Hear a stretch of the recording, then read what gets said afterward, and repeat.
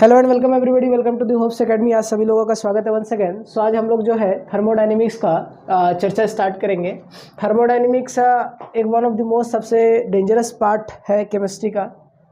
अगर 11th class का सबसे डेंजरस सा चैप्टर है जिसका नाम है थर्मोडायनेमिक्स। ठीक है, थर्मोडायनेमिक्स में सबसे पहले जो हम पढ़ेंगे वो है हमारा जीरोथ लॉ। पहले हम कुछ थ्योरेटिकल पार्ट को पढ़ते हैं। जीरोथ लॉ क्या है? जीरोथ लॉ जरा हम ध्यान से समझेंगे। जीरोथ लॉ है क्या? ओके, तो लिखेंगे। देखिए जीरोथ लॉ होता क्या है पहले हम समझा देते हैं। जैसे मान लो हमारे पास एक ए बॉडी है, हमारे पास एक बी बॉडी है और हमारे पास एक बी सी बॉडी है। ठीक है, ए बॉडी है, बी बॉडी और सी बॉडी है। अगर ए और बी के बीच में थर्मल इक्विलिब्रियम है, ए और बी के बीच में थर्मल इक्विलिब्रियम है, मीन्स ए और बी का टेम्परेचर सेम है, और बी और सी के बीच में थर्मल इक्विलिब्रियम है, यानी हम क्या कह रहे हैं कि ए, जैसे मान लेते हैं ये ए है जिसका 60 डिग्री टेम्परेचर है, 60 डिग्री सेल्सियस जो कि ए है, और ये बी के साथ थर्मली कांटेक्ट में है। तो हम पिछले दिन भी चर्चा किए थे कि थर्मली कांटेक्ट का मतलब होता है कि दोनों का टेम्परेचर सेम होता है। इसको हम लोग कैलोरीमेट्री में फिर से पढ़ेंगे, राइट। तो ए और बी को जब हम कॉन्टैक्ट में लाते हैं तो दोनों का टेम्परेचर सेम है, और जब हम बी को, यानी बी का टेम्परेचर बी को अगर हम सी के साथ कांटेक्ट में लाएंगे, अगर बी को कांटेक्ट में लाएंगे सी के साथ, तो इसका मतलब है बी और सी दोनों का टेम्परेचर क्या है? सेम है। ए थर्मली इक्विलिब्रियम होगा बी के साथ और बी थर्मली इक्विलिब्रियम सी के साथ होगा। इसका मतलब ये है कि देखो ए का टेम्परेचर और बी का टेम्परेचर सेम, बी और सी का टेम्परेचर, तो इनडायरेक्टली कह सकते हैं कि ए और सी का टेम्परेचर भी सेम है। तो जीरोथ लॉ यही कहता है कि अगर ए बी के साथ थर्मल इक्विलिब्रियम है, बी सी के साथ थर्मल इक्विलिब्रियम है, इनडायरेक्टली ए जो होगा वो किसके साथ थर्मल इक्विलिब्रियम है? सी के साथ। तो कहता है कि जब ए थर्मली इक्विलिब्रियम बी के साथ होगा, यानी ए और बी का टेम्परेचर सेम होगा, ए और सी का टेम्परेचर सेम होगा, तो इनडायरेक्टली क्या है कि बी भी सी के साथ टेम्परेचर सेम होगा। यानी अगर राम मोहन का भाई है, राम और मोहन भाई है, राम और श्याम भाई है, तो इनडायरेक्टली श्याम और मोहन भी भाई है। ठीक है, तो यानी कहता है, इसको डेफिनेशन लिखिएगा, लिखिए, if A is thermal equilibrium with B, if A is in thermal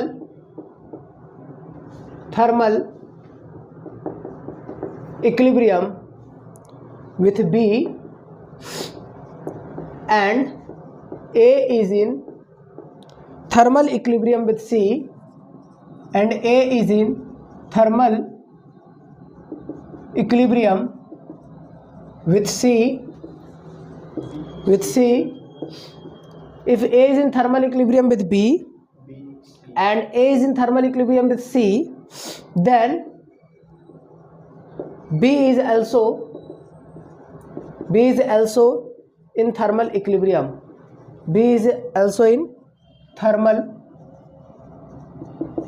equilibrium with C. यानी अगर A थर्मल इक्विलिब्रियम B के साथ है, A थर्मल इक्विलिब्रियम C के साथ है, तो B और C भी आपस में थर्मल इक्विलिब्रियम होंगे।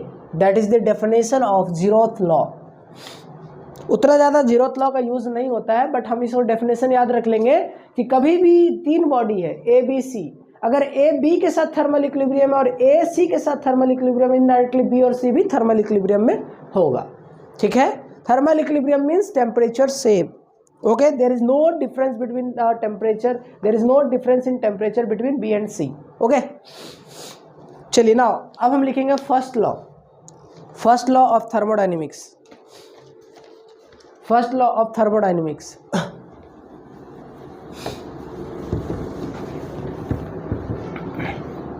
First law of thermodynamics.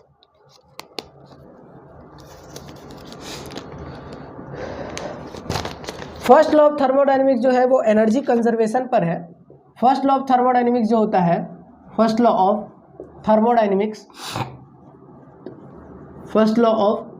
Thermodynamics ये एनर्जी पर बेस्ड है। First law of thermodynamics energy पे बेस्ड है कि कभी भी law of conservation of energy, मतलब एनर्जी जो होता है ना ही क्रिएटेड होता है ना ही डिस्ट्रॉयड होता है, बट एक फॉर्म से दूसरे फॉर्म में चेंज हो जाता है। जैसे कि हम एक बात बताते हैं, फर्स्ट लॉ ऑफ थर्मोडायनेमिक्स बोलता है कि internal change in internal energy जो होगा वो Q प्लस W का सम होगा। मतलब हम जो अमाउंट ऑफ हीट दे रहे होंगे वो हीट हो सकता है वर्क में कन्वर्ट हो जाए, या हम जो अमाउंट ऑफ वर्क कर रहे होंगे वो हीट में कन्वर्ट हो जाए, लेकिन इसका जो चेंज होगा यानी जो सम होगा वो ऑलवेज कांस्टेंट होगा। That is equals to change in internal energy. यानी हम यहाँ लिख देते हैं, लिखिए इसका डेफिनेशन क्या होगा, energy can neither be created nor be destroyed energy can neither be created nor be destroyed, यानी एनर्जी ना ही बनता है और ना ही डिस्ट्रॉय होता है, but it can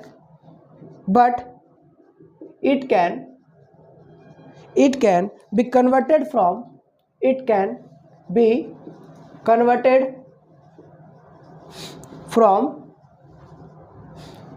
from one form to another, यानी एक फॉर्म से दूसरे फॉर्म में कन्वर्ट होता है, बट एनर्जी क्रिएट या डिस्ट्रॉय नहीं होता है। नेक्स्ट पॉइंट लिखिएगा, universe is isolated system. Universe क्या होता है इसकी चर्चा हम एक वीडियो में करेंगे। यूनिवर्स क्या होता है, सिस्टम क्या होता है, सराउंडिंग क्या होता है, open system, close system, isolated system, change, state function, path function, ये सब आने वाले वीडियोस में हम चर्चा करेंगे। बट अभी हम बता देते हैं universe is an isolated system.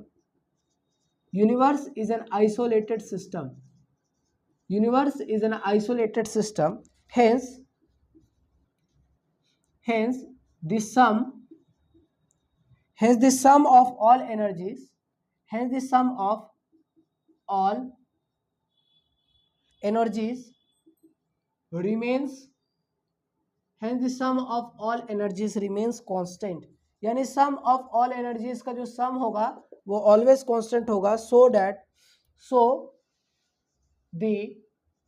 The total energy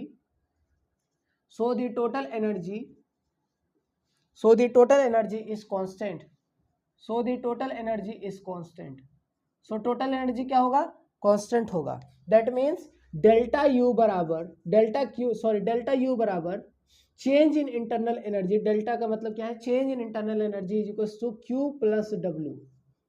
हम आने वाले वीडियोस में चर्चा करेंगे, बट अभी हम बता देते हैं कि यूनिवर्स का मतलब क्या होता है, पूरा दुनिया जिसमें सिस्टम और सराउंडिंग आता है। तो कहता है यूनिवर्स एक आइसोलेटेड सिस्टम है। जिस आइसोलेटेड सिस्टम का मतलब होता है वो सिस्टम जिसमें से एनर्जी चेंज नहीं होता है, एनर्जी कंजर्व रहता है, ठीक है। Hence the sum of all energies remains constant, यानी कोई चेंजेस नहीं आएगा, कांस्टेंट रहेगा। Total energies is constant. Delta U जो होगा इसका मतलब क्या है, चेंज है, तो इसका मतलब ये हो जाएगा, चेंज है इसका मतलब ये हो जाएगा स्टेट फंक्शन। क्या होता है स्टेट फंक्शन, हम चर्चा करेंगे आने वाले वीडियोस में। और Q का मतलब क्या है, ये पाथ फंक्शन होगा, और W का मतलब क्या है, ये भी होगा पाथ फंक्शन। अभी हम बता देते हैं कि स्टेट फंक्शन का मतलब होता है जो इनिशियल और फाइनली पे डिपेंड करता है। पाथ फंक्शन का मतलब जो अपने हर एक स्टेप पर डिपेंड करता है। तो जो भी चेंज होगा वो हमेशा स्टेट फंक्शन होता है जो इनिशियल और फाइनली पे डिपेंड करता है। ओके, ये हो गया हमारा फर्स्ट लॉ ऑफ थर्मोडायनेमिक्स। यहां पर नाउ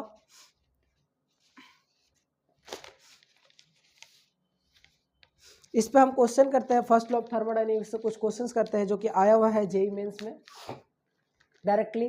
तो जीरोथ लॉ हम समझ लिए, फर्स्ट लॉ ऑफ थर्मोडायनेमिक्स समझ लिए। जीरोथ लॉ कहता है कि जब दो बॉडी इक्विलिब्रियम में होगा, थर्मल इक्विलिब्रियम में होगा, और मतलब तीन बॉडी है जिसमें से पहला बॉडी दूसरे बॉडी के साथ थर्मल इक्विलिब्रियम में होगा, पहला बॉडी तीसरे बॉडी के साथ अगर थर्मल इक्विलिब्रियम में होगा तो इनडायरेक्टली दूसरा बॉडी और तीसरा बॉडी भी थर्मल इक्विलिब्रियम में होगा। फर्स्ट लॉ ऑफ थर्मोडायनेमिक्स समझ लिया है कि energy can neither be created nor be destroyed, जो हम बचपन से पढ़ते आ रहे हैं कि एनर्जी ना ही बनता है ना ही डिस्ट्रॉय होता है, बस एक फॉर्म से दूसरे फॉर्म में चेंज हो जाता है। या तो हीट डब्ल्यू में चेंज हो सकता है या तो डब्ल्यू हीट में चेंज हो सकता है, बट इसका सम हमेशा कांस्टेंट होगा, that is equal to change in internal energy. ठीक है, सो नाउ हम अब क्वेश्चन प्रैक्टिस पे चलते हैं। क्वेश्चन नंबर 1 करेंगे। लिखिए question number 1, a system does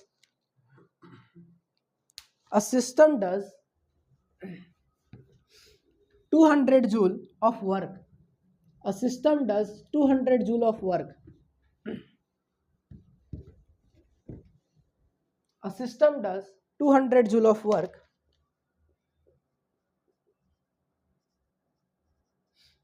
200 joule of work and at the same time absorbs 150 joule of heat. 150 joule of heat. The magnitude of the change in internal energy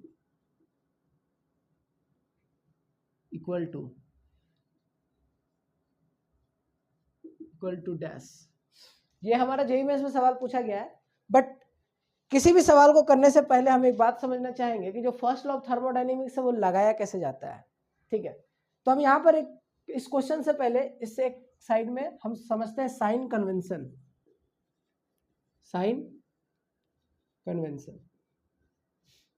हमारे पास दो चीज होता है, एक हमारे पास होता है सिस्टम, इसको हम लोग बोलेंगे सिस्टम, और एक इसके छोड़ करके जो भी चीज होगा वो सब का सब क्या होगा, सराउंडिंग। ठीक है, हम सिस्टम पर ही काम करते हैं, हम सिस्टम को हीट दे रहे हैं, यानी एरो अगर बता रहा है सिस्टम को हीट दे रहे हैं और सिस्टम से हीट निकल रहा है। सिस्टम पर वर्क कर रहे हैं, सिस्टम वर्क कर रहा है। ठीक है,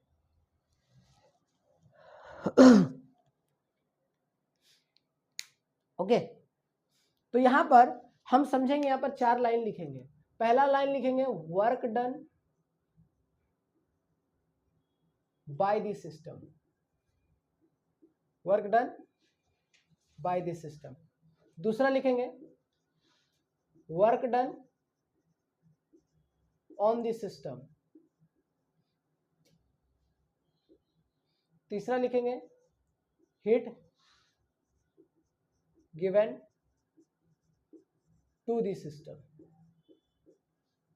चौथा लिखेंगे heat given by the system. अब यहां पर हमको एक बात समझना होगा कि ये 4 लाइन जो है ये कब पॉजिटिव और कब नेगेटिव होगा। कुछ याद है तुमको? नहीं, तुमको याद है? पढ़ा था ना? नहीं पढ़ा है?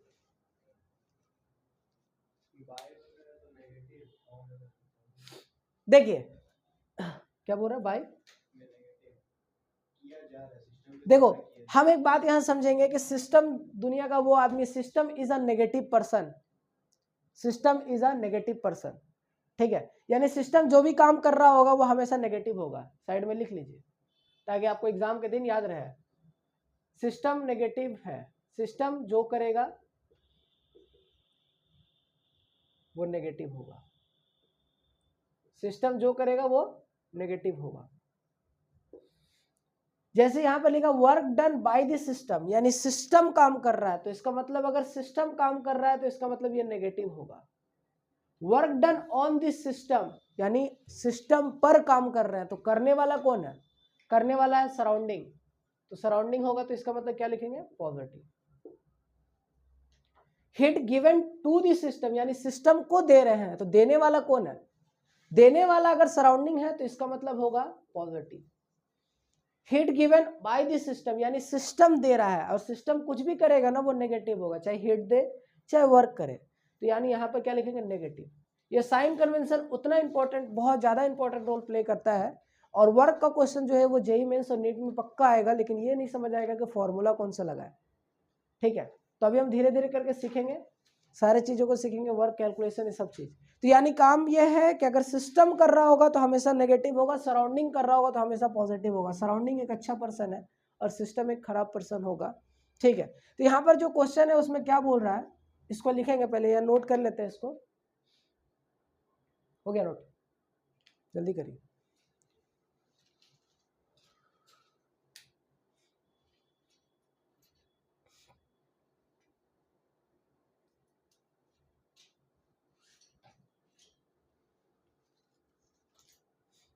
हाँ, तो यहाँ पर क्या लिखा हुआ है,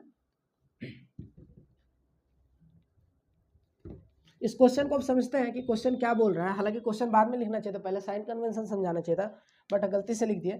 system does a 200 joule of work, यानी सिस्टम ने 200 जूल का वर्क किया, यानी वर्क यहाँ पर क्या हो जाएगा, नेगेटिव, और नेगेटिव हो जाएगा क्योंकि सिस्टम कर रहा है, और कितना हो गया, -200 जूल।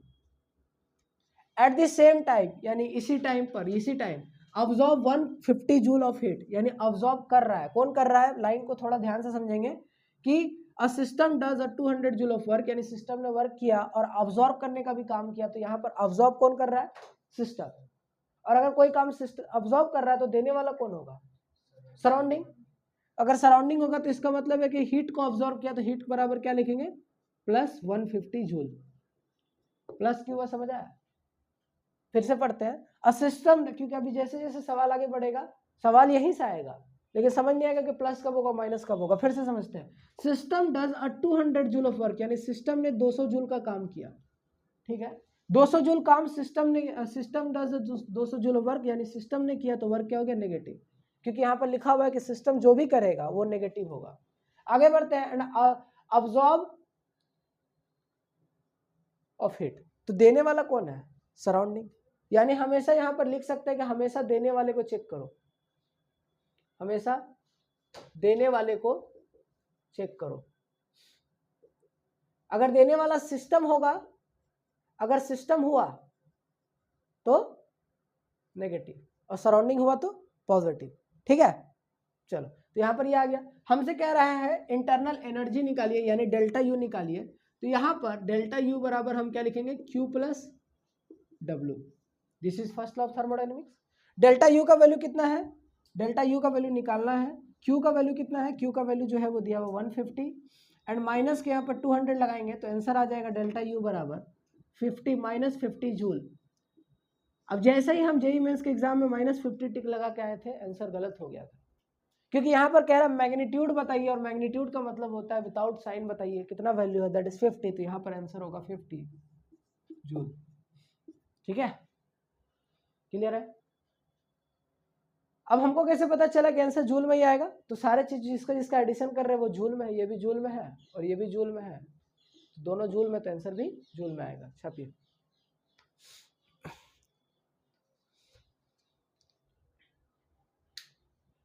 और भी कुछ कुछ बताते रहेंगे अभी टाइम टू टाइम, अभी बहुत सारे चीज बचा हुआ है।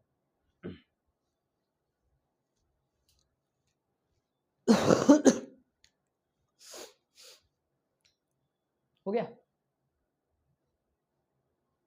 लिखिए अगला question, during the compression of spring, during the compression of spring,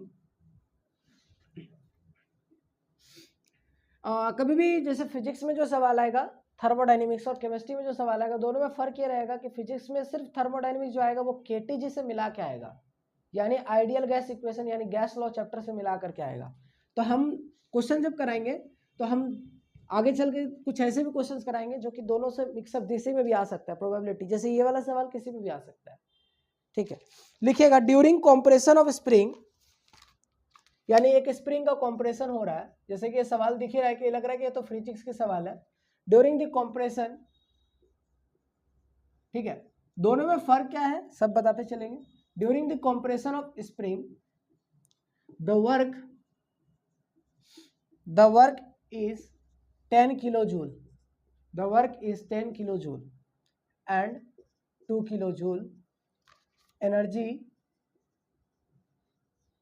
2 kilojoule of energy is escaped, escaped का मतलब क्या हो गया, निकलना, out in the form of heat, escaped out in the form of heat, English इसका strong रखना होगा इस चैप्टर में, in the form of heat, क्योंकि अगर एक स्टेटमेंट को ठीक से नहीं पढ़े तो साइन गलती हो सकता है।